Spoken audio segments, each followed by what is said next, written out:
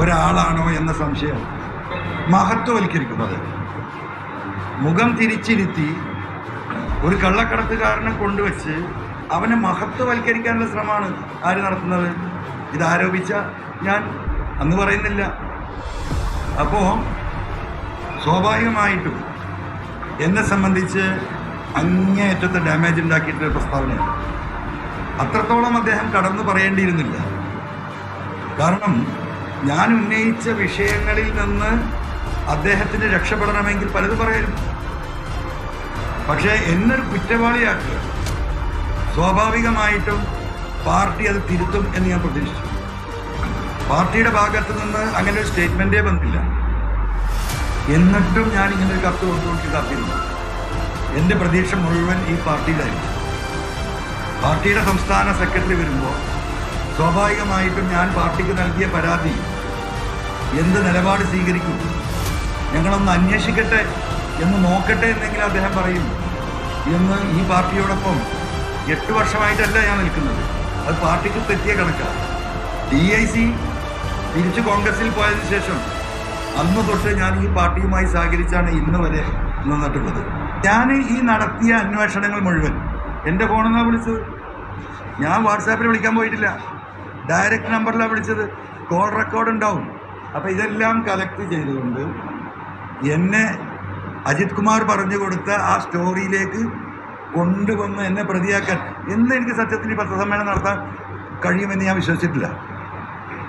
ഞാൻ ആദ്യം തന്നെ എനിക്കിനി പല കാര്യങ്ങളും പറയാനുണ്ട്. ഇത് ആദ്യം തന്നെ പറയുന്നത് ഇവിടെ തന്നെ പിടിച്ചു കൊണ്ടുപോകുമെന്ന് എനിക്കറിയില്ല.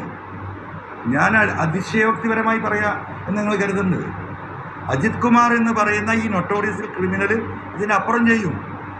അപ്പം അദ്ദേഹമാണ് ഈ CM ഈ കഥാം സ്റ്റോറി എഴുതി കൊടുത്തത്. അതാണ് CM ഇവിടെ വായിച്ച് കേൾപ്പിച്ചത്. CM ഒന്ന് മലപ്പുറത്ത് വിളിക്കണ്ടേ പാർട്ടി സെക്രട്ടറിയെ, പാർട്ടിയുമായി ബന്ധപ്പെട്ടവരെ? എന്താണ് ഈ ചങ്ങാതി പറയുന്നതിന് വല്ല കാര്യമുണ്ടോ? പോലീസ് അവിടെ നിൽക്കട്ടെ. പോലീസിൻ്റെ കാര്യത്തിൽ ഞാൻ ആദ്യം പറഞ്ഞു, കൊണ്ടോട്ടി അങ്ങാടിയിലെ റോഡ് അടിച്ചു വരുന്ന സഹോദരിക്ക് ഈ കള്ളക്കടത്തിനെ കുറിച്ച് അറിയും, കടല വറക്കുന്നവനറിയും, ടാക്സിക്കാർക്കറിയും. ഒന്ന് വിളിച്ചോ CM? എന്താണ് ഈ പറയുന്നതിൽ വല്ല വാസ്തവമുണ്ടോ? എന്താണ് നാട്ടിലെ സംസാരം? ഉണ്ടായില്ലല്ലോ. ഈ അജിത് കുമാർ എഴുതി കൊടുത്ത ആ കഥയും തിരക്കഥയും വായിക്കില്ലേ? അപ്പോൾ സ്വാഭാവികമായിട്ടും ഞാൻ കേസിൽ ബുക്ക് ചെയ്യപ്പെടുന്ന അവസ്ഥയിലേക്ക് പോവുകയാണ്. എൻ്റെ പിന്നാലെ പോലീസ്. ഇന്നലെ രാത്രി 2 മണിക്കാണ് ഞാൻ കിടക്കുന്നത്. ഞാൻ വീട്ടിൽ നിന്ന് നോക്കുമ്പോൾ താഴെ റോഡ് സൈഡിൽ ചെറിയൊരു സൗണ്ട് കേട്ടു. ഞാൻ ജനൽ വന്ന് താഴേക്ക് നോക്കുമ്പോൾ 2 പേര് അവിടെ നിൽക്കുന്നു. ഞാൻ ശബ്ദം ഉണ്ടാക്കാതെ വീടിൻ്റെ ബാക്കിലൂടെ വന്ന് നോക്കുമ്പോൾ 2 പോലീസുകാരാണ്. അപ്പോൾ ഞാൻ വീട്ടിൽ, കാരണം ഞാൻ ഇരിക്കുന്ന റൂമിൽ വെച്ച് ഞാൻ ഫോണിൽ സംസാരിക്കുന്ന കാര്യങ്ങൾ കേട്ടോന്നറിയില്ല. എടവണ്ണ പഞ്ചായത്തിൽ ഗേറ്റ് അടക്കാത്ത വീടാണ് എൻ്റെ വീട്. 10, 50, 60 വർഷമായി ഗേറ്റ് അടക്കാറില്ല. ഒരു പബ്ലിക് പ്ലേസ് പോലെ കിടക്കുന്ന വീടാണ്. വീടിന് ചുറ്റും എപ്പോഴും ആളുകൾക്ക് വരാൻ, പോകാം, നടക്കാം, ഒരു റെസ്ട്രിക്ഷനും ഇല്ല. അപ്പോൾ ഞാനിരിക്കുന്ന എൻ്റെ സിറ്റിംഗ് റൂമിൽ നിന്ന് ഒരു പക്ഷേ ഞാൻ സംസാരിക്കുന്ന മുഴുവൻ കേൾക്കുന്നുണ്ടാവും. മഞ്ചേരിയിൽ നിങ്ങൾ പത്രസമ്മേളനം നടത്താൻ വരുന്ന സ്ഥലത്ത് പോലീസ് വന്നിട്ടുണ്ട്, അതും പാതിരാത്രിക്കാണ്. അപ്പം എന്നെ അറസ്റ്റ് ചെയ്ത് കുഴിയിലാക്കുന്നതിൻ്റെ മുമ്പ് ജനങ്ങളോട് ഈ കാര്യങ്ങൾ പറയണമല്ലോ. ഞാൻ ബഹുമാനപ്പെട്ട മുഖ്യമന്ത്രിയെ വെല്ലുവിളിക്കുന്നു. ഒരു സിറ്റിംഗ് ജഡ്ജിയെ കൊണ്ട് ഈ പറയുന്ന കരിപ്പൂർ എയർപോർട്ടിൽ ഞാൻ ഉന്നയിച്ച ആരോപണങ്ങൾ, ഈ 188 കേസുകൾ ഹൈക്കോടതി ജഡ്ജിയുടെ സാന്നിധ്യത്തിൽ സത്യസന്ധരായ പോലീസ് ഉദ്യോഗസ്ഥരെ വെച്ച് അന്വേഷിക്കാൻ ബഹുമാനപ്പെട്ട മുഖ്യമന്ത്രി തയ്യാറുണ്ടോ? അതല്ല ADGP ഈ കൊടുക്കുന്ന വാറോല വായിക്കേണ്ട ഒരു ഗതികളിലേക്ക് CM എത്തിയോ എന്ന് CM-ഉം പാർട്ടിയും പരിശോധിക്കും. പോലീസിലെ പുഴുക്കുത്തുകളുണ്ടല്ലോ, ആ പുഴുക്കുത്തുകളെ ഞാൻ അങ്ങോട്ടാക്കും ഇങ്ങോട്ടാക്കും, ഒറ്റ ഒരുത്തനെ വെച്ച് വെക്കില്ല. അതൊന്നും ആശ്വാസമായില്ല. പടച്ചോനെ ഈ കാര്യം എവിടെയെങ്കിലും എത്തും. ഇവരൊക്കെ ചിരിക്കുക, മഹേശ്വരങ്ങനെ കൈകൊണ്ട് ഇങ്ങനെ ആക്കുക. ആ പ്രസംഗം കേൾക്കുമ്പോഴേ ഞാനും ആശ്വസിച്ച് കുഴപ്പമില്ല, തിരക്കടില്ല, പോവല്ലേ. അങ്ങനെ പിറ്റേ ദിവസം അവിടെ CM-ൻ്റെ ഓഫീസിൽ നിന്ന് വിളിക്കുന്നു. ഞാൻ തിരുവനന്തപുരത്ത് പോകുന്നു. പിറ്റേ ദിവസം രാവിലെ 12 മണിക്ക് കാണാമെന്ന് പറഞ്ഞു, 9 മണിക്ക് കാണാമെന്ന് പറഞ്ഞു. ഞാൻ രാവിലെ 5 മണിക്ക് എത്തുന്നു. CM-ൻ്റെ ഓഫീസിൽ വന്നു, എനിക്ക് ഫോൺ വന്നു, 9 മണിക്ക് SITയുടെ ഡീറ്റെയിൽഡ് മീറ്റിംഗ് ആണ്, 12 മണിക്ക് നിങ്ങൾ വന്നാൽ മതി എന്ന് പറഞ്ഞു. അങ്ങനെ ഞാൻ 12 മണിക്ക് വിളിച്ചു. അപ്പോൾ പറഞ്ഞു 12:30-ക്ക് കറക്റ്റ് വരാൻ വേണ്ടി പറഞ്ഞതാണ്. 12:30-ക്ക് ഞാൻ ചെല്ലുന്നു. സി എം മാത്രമേ ഉള്ളൂ, ആരില്ല. ഇതേപോലെ ടേബിൾ സി എം ഇരിക്കുന്നു, ആ കുറച്ച് ദൂരത്ത് കസാലയിൽ മാറി ഞാൻ ഇരിക്കുന്നു. ഈ പറയുന്ന സി എമ്മിൻ്റെ പരാതി, ഈ 11 പേജ് അടങ്ങുന്ന പരാതി ഞാൻ സി എമ്മിന് കൊടുക്കുകയാണ്. സി എം വളരെ റിലാക്സ് ചെയ്തിരുന്നിട്ട് ഇങ്ങനെ വായിക്കുന്നു. ഇടയ്ക്കിടയ്ക്ക് ഈ കണ്ണാടിക്കൂടെ എന്നെ ഇങ്ങനെ നോക്കും. ഇത്ര ഗൗരവമാണല്ലോ ഈ പ്രശ്നങ്ങളെന്ന് കേൾക്കും. അങ്ങനെയാണല്ലോ, ഇത്രയൊക്കെ ഉണ്ടോ എന്ന് നമ്മൾ ചിലപ്പോൾ ഇതൊക്കെ മനുഷ്യപ്രകൃതമായി നടക്കുന്ന കാര്യങ്ങളാണ്. ഞാൻ അങ്ങനെ ഇരുന്നൊരു സാധുവായിട്ട് ഇതെല്ലാം പുള്ളി വായിച്ചു കഴിഞ്ഞു.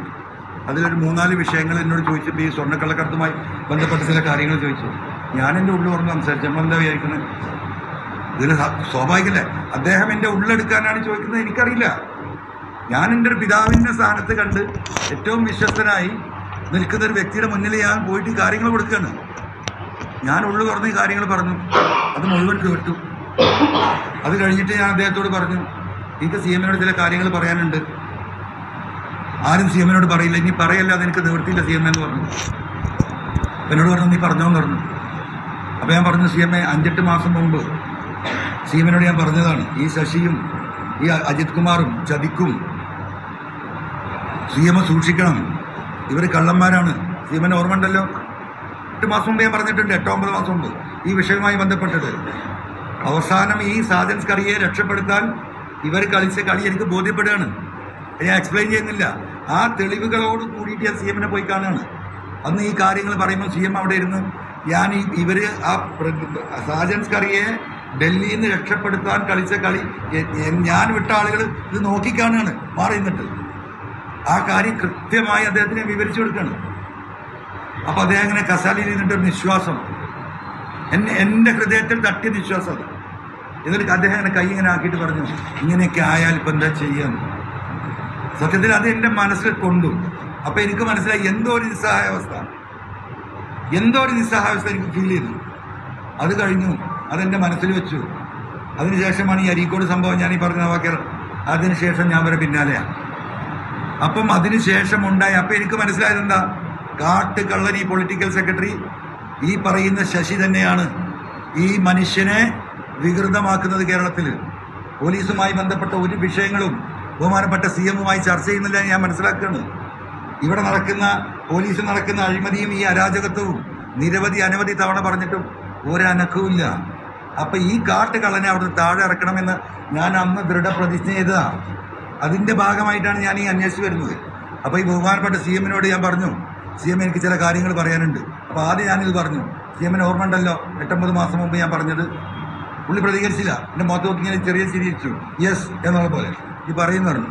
അപ്പോൾ ഞാൻ പറഞ്ഞു, സി എം 2021 ഈ ഗവൺമെൻറ് 2ാമത്തെ അധികാരത്തിൽ വരുന്നത് സി എമ്മിൻ്റെ വ്യക്തിപ്രഭാവം കൊണ്ടും പ്രവർത്തനം കൊണ്ടാണ്. ഞാനടക്കം സി എമ്മിൻ്റെ വോട്ടിലാണ് ജയിച്ചതെന്ന് ഞാൻ വിശ്വസിക്കുന്നതാണ്. സി എം നിങ്ങൾ കേരളത്തിലെ കത്തിജ്വലിച്ചിരിക്കുന്ന ഒരു സൂര്യനായിരുന്നു. അത്ര ഇഷ്ടമായിരുന്നു ജനങ്ങൾക്ക്. പക്ഷെ സി എം അറിയില്ല, ആ സൂര്യൻ കെട്ടുപോയിട്ടുണ്ട്. ആ സൂര്യൻ കെട്ടുപോയി കേരളീയ പൊതുസമൂഹത്തിൽ.